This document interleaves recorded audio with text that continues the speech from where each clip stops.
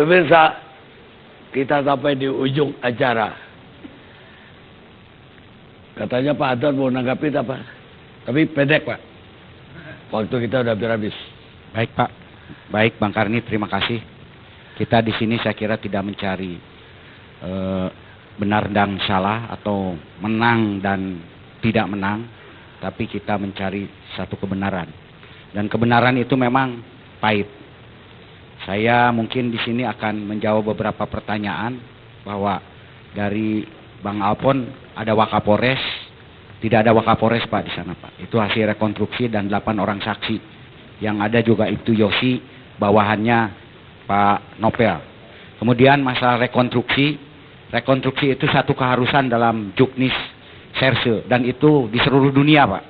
Jadi kalau ada sebuah peristiwa, apalagi pembunuhan tanpa rekonstruksi, itu berarti polisinya itu tidak pernah belajar penyidikan Pak. Dan itu pun juga memang petunjuk kejaksaan secara internal dan itu harus diadakan rekonstruksi. Kemudian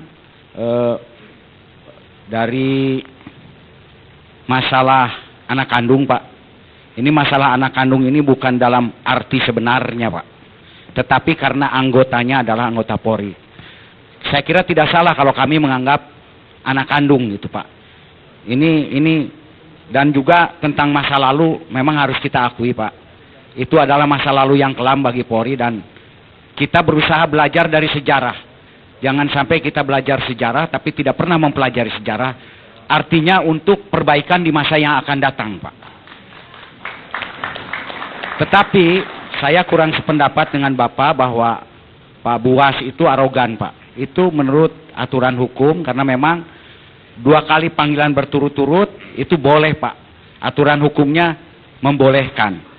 Kemudian juga masalah-masalah dari Bapak Saul ya Pak Saul, mohon maaf Pak, masih mempersoalkan tersangkanya Pak BG Pak. Itu kan keputusan MK. Dalam keputusan pra peradilan bahwa ditetapkan sudah bukan tersangka lagi dan dikuatkan dengan MK bahwa salah satu objek pra peradilan itu adalah penetapan tersangka Pak. Sehingga dengan demikian saya kira sudah final dan clear Pak. Dan yang terakhir mungkin dari saya Pak, mohon maaf Pak, memang betul kata Pak Prof Harun bahwa kita jangan melihat ke belakang, mari kita lihat ke depan Pak. Kami ingin juga harmonisasi dengan KPK dan Polri pun juga ingin diberi kesempatan untuk memberantas korupsi. Terbukti sekarang dengan kebijakan Bapak Kapolri dan Pak Wakapolri, kita pun juga sedang menangani korupsi. Ada UPS, bahkan sekarang ada SKK Migas yang sangat besar sekali. Jadi Polri pun juga bila diberikan kesempatan akan mampu Pak. Dan apabila bersinergi Pak, saya kira Kapolri, KPK, Kejaksaan dan Polri itu akan menjadi satu kekuatan yang luar biasa yang ditakuti oleh para koruptor. Marilah kita bersatu. Al-Ittihadu Quwwatun. Kekuatan itu adanya di dalam kebersamaan. Terima kasih. Baik. Enggak, jangan Anda ngomong gak dijawab oleh dia. Enggak, ini menanggapi. Sekarang ada habis. 1 menit Bang Karni. Waktu habis.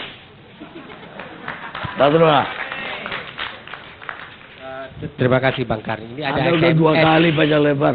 Ada SMS dari seorang warga masyarakat namanya Romi ya, yang menyatakan bahwa ini kan kasus novel kok disebut kriminalisasi.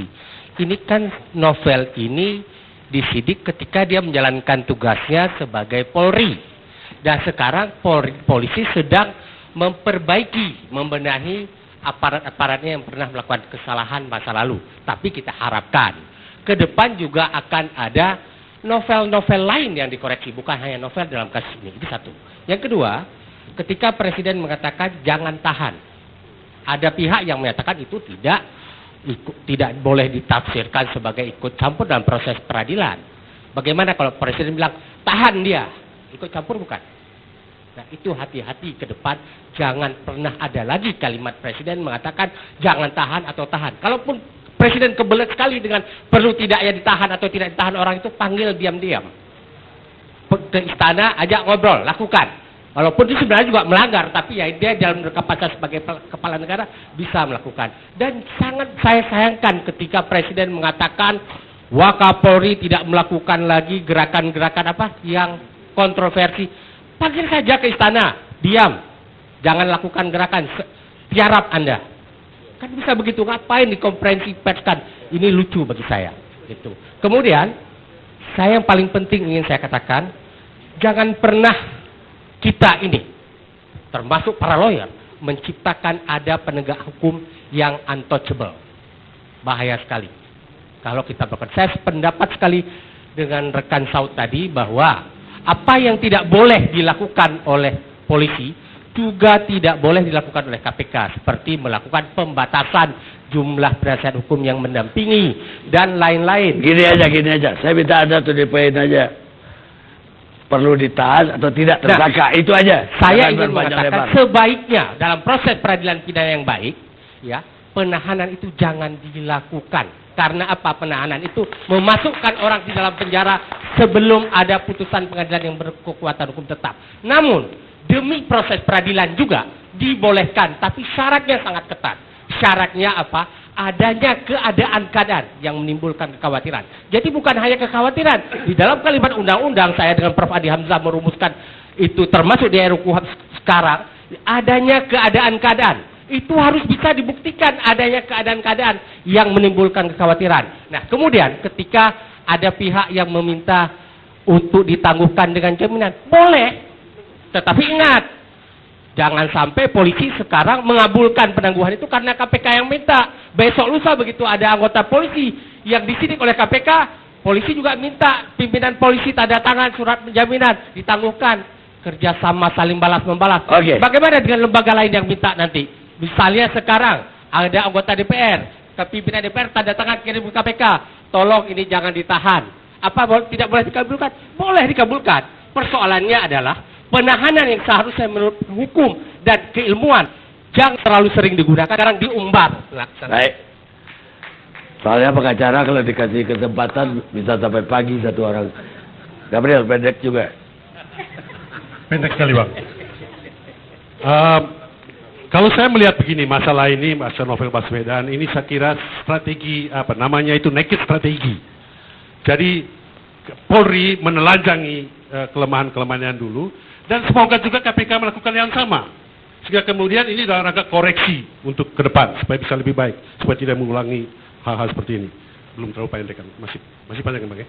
Yang kedua, saya melihat bahwa masalah yang terjadi sekarang, karena kita tidak taat asas prinsip yang disebut oleh Tacitus, itu seorang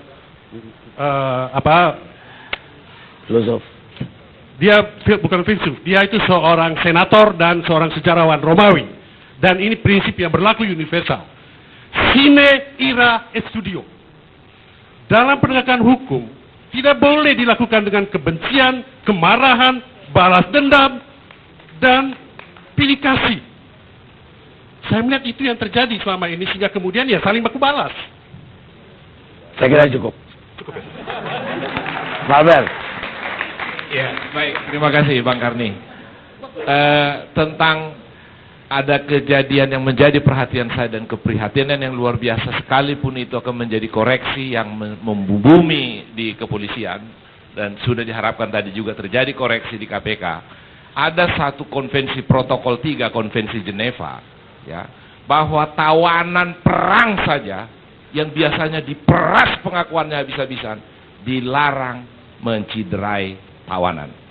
Kalau seseorang diborgol lalu ditembak, saya kira memang pantaslah itu untuk kita koreksi lewat suatu proses peradilan yang terbuka.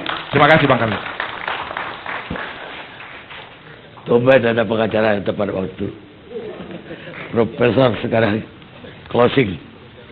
Keren closing. Terima kasih Pak Karni. Selamat malam para pemirsa. Anda selalu menyampaikan banyak hal dan saya coba merumuskan itu pada malam hari ini tanpa menyebut nama pribadi atau nama institusi. Mengapa? Karena saya lihat mantan murid saya yang ngomong aja sudah tidak betul. Saya membina dia S3, bukan S1 dan S2, S3. Saya bertanya-tanya, mengapa orang bisa berubah begitu gampang? Dan saya mulai dibisikin macam-macam cerita yang tidak enak untuk saya kemukakan di sini. Pak Karni, 57 tahun yang lalu, saya diajak omong oleh beberapa perwira kepolisian yang saya sudah lupa namanya. Pada itu saya ingat betul pada tanggal 3 bulan Februari tahun 93 di Jogja. Bisa dicari di Kompas clippingnya masih ada. Waktu itu saya melihat instansi yang sekarang namanya kepolisian itu, waduh, tidak usah lagi saya pakai istilah Jawa Timur karena kedengarannya kurang enak. Maka saya usul supaya mereka itu keluar dari ABRI. Lalu orang Jenderal Benny Murdani tanya bagi saya, kenapa begitu? Saya jelaskan panjang lebar apa yang saya tahu tentang doktrin polisi, doktrin tentara. Pada waktu SBY berkuasa, saya ditanya, ada itu orang-orang KHN.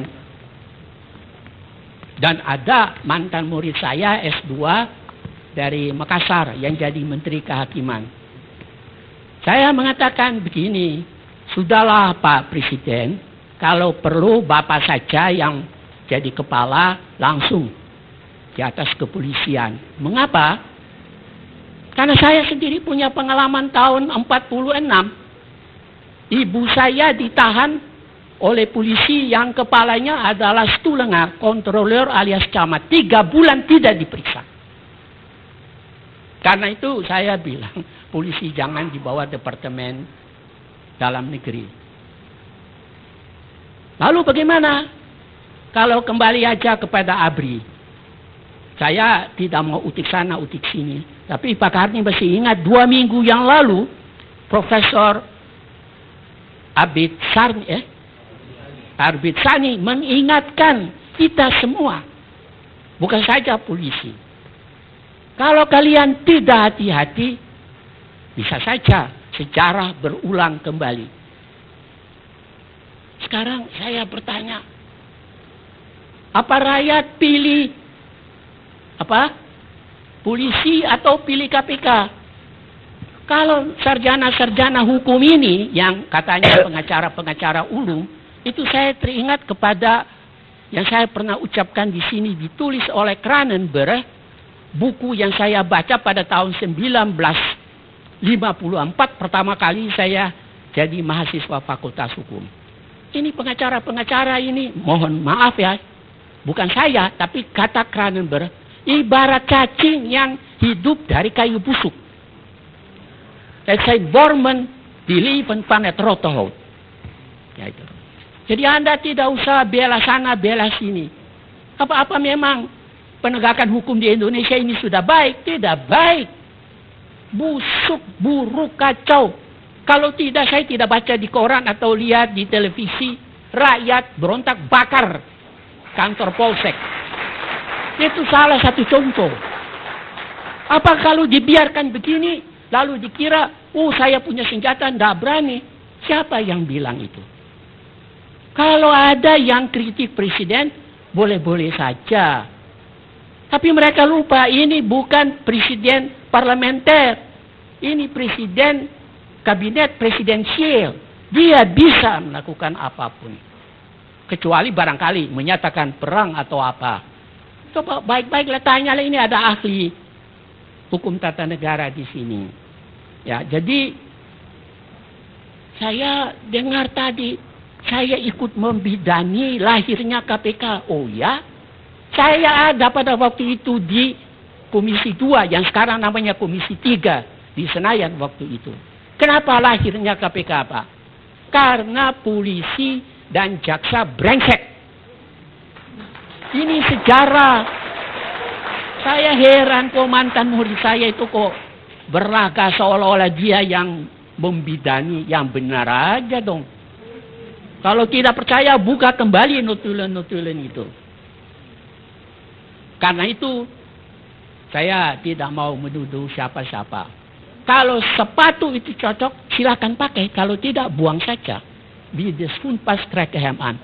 Banyak orang di sini kan saya tidak tahu. Kalau sepatu itu cocok pakai, kalau tidak ya buang. Buat apa dipakai? Itu satu. Karena apa yang saya dulu kan saya tidak melamar Pak dulu. Sekarang semua orang melamar jadi dosen. Dulu tidak ada, dipanggil. Saya juga dipanggil begitu. Nah, jangan lupa yang saya pernah belajar meskipun itu dari pihak kolonial ada dikatakan een vos verliest wel zijn haren, maar niet zijn streken. Seekor serigala Pak, semua bulunya bisa rontok tapi kelakuannya tidak. Tetap akan serigala saja. Iya. Atau kalau Bapak tidak mau pakai serigala, pakai saja apa itu? Macan tutul. Dimandikan dengan sabun Lifebuoy, dengan sabun Lux, sabun apa saya tetap tutul-tutulnya itu ada. Ini supaya para pejabat itu ingat. Apakah kalau diputus demi keadilan berdasarkan ketuhanan yang Maha Esa, padahal ini kan sama dosanya lebih besar lagi. Sudah pakai nama Tuhan lagi. Malahan tidak hanya minta uang, minta perempuan. Dan banyak dosen sekarang juga begitu Pak. Karena saya tidak malu untuk mengatakan itu. Dosen. Main perempuan juga. Apa saya tidak mau tunjuk orangnya atau sebut nama. Ya, jangan. Tidak sopan Pak itu. 310 KUHP Pak. Saya rasa itu tidak perlulah. Nah, akhirnya saya juga mau mengatakan begini Pak Kani. Saya tidak tahu, saya tidak mau pakai bahasa bersayap seperti bereskan KPK dan polisi. Itu urusan mereka. Kalau mereka mau bercerai silahkan. Kalau mau rujuk silahkan. Tapi mereka harus tahu akibatnya apa. Kan pernah kepada Jenderal Wiranto, bisa tanya orangnya masih hidup. Pada waktu konflik saya bilang kepada Jenderal Wiranto, apakah dengan mengatakan kebenaran kepada Bapak Jenderal saya menjadi musuh Anda? Malam ini juga saya ingin mengulangi kata itu lagi. Apakah dengan mengatakan kebenaran kepada siapa saja di dalam ruangan ini, saya harus menjadi musuh Anda? Saya bicara berdasarkan integritas. Dan orang yang mempunyai integritas itu tidak bisa terima duit, tidak bisa munafik itu. Kalau itu bukan integritas Pak. Integritas sekali ada, tetap ada untuk selama-lamanya. Rakyat itu tidak minta supaya saya berpihak. Tentu bukan seluruh rakyat Indonesia, tapi yang kenal saya minta, "Lu tolonglah, tunjukkan kesalahan." Wah, bagaimana saya mau tunjukkan kesalahan kepada orang-orang yang ada bintang bertaburan di bahu, atau kepada orang-orang yang memakai atas nama, atau kepada orang-orang yang pakai gelar macam-macam. Itu kan bukan urusan saya. Tapi saya harap dengan malam hari ini, ya, supaya kita semua kembali ingat. Sebab bisa satu waktu Pak, apa yang diucapkan oleh Profesor Arbi Sanit terjadi. Kalau pada waktu itu terjadi, maka semua bapak-bapak yang ada di sini akan menyesal. Karena mereka nanti akan diperlakukan begitulah seperti yang saya menyaksikan. Seperti cecungu-cecungu. Terakhir Pak Ani. Saya ditunjuk oleh almarhum Presiden Abdurrahman Wahid untuk menjadi Ketua Komisi Hukum Nasional. Apakah ini mau dibubarkan apa tidak juga pada waktu Presiden SBY. Bahkan ada menteri yang bilang, itu kalau Komisi Hukum Nasional bubar, serahkan tugasnya kepada polisi dan jaksa. Saya bilang, ini menteri ini belum membaca SK Presiden. Dia membaca tidak dari kiri ke kanan, tapi dari kanan ke kiri. Ditanggung tidak luntur, dia baca luntur tidak ditanggung. Ini menteri goblok, maaf aja. Nah, saya mau pesan, karena sudah hampir 5 bulan. Para pegawai yang saya pegang itu, mereka itu tidak dapat gaji selama hampir 15 tahun. Tidak dapat gaji. Pak Gani bisa cek, mereka dapat honorarium dari sektek. Kok sekarang dibubarkan begitu saja? Ini saya harap supaya Profesor Marjono mendengar. Karena dia kejar-kejar saya. Omonglah minta izin dari Pak Karni. Karena ini rakyat kecil. Cobalah. Bapak bisa hidup dengan 3.000 honorarium tiap bulan? Saya mau tanya. Apakah dengan gaji kecil itu bisa menabung sampai punya triliunan rupiah? Tidak mungkin, Pak. Kecuali itu uang yang dipakai dicuri oleh tuyul. Kalau tidak mungkin itu. Ya itu aja Pak Karni. Terima kasih saya telah menyampaikan apa yang dirasakan oleh rakyat. Terima kasih.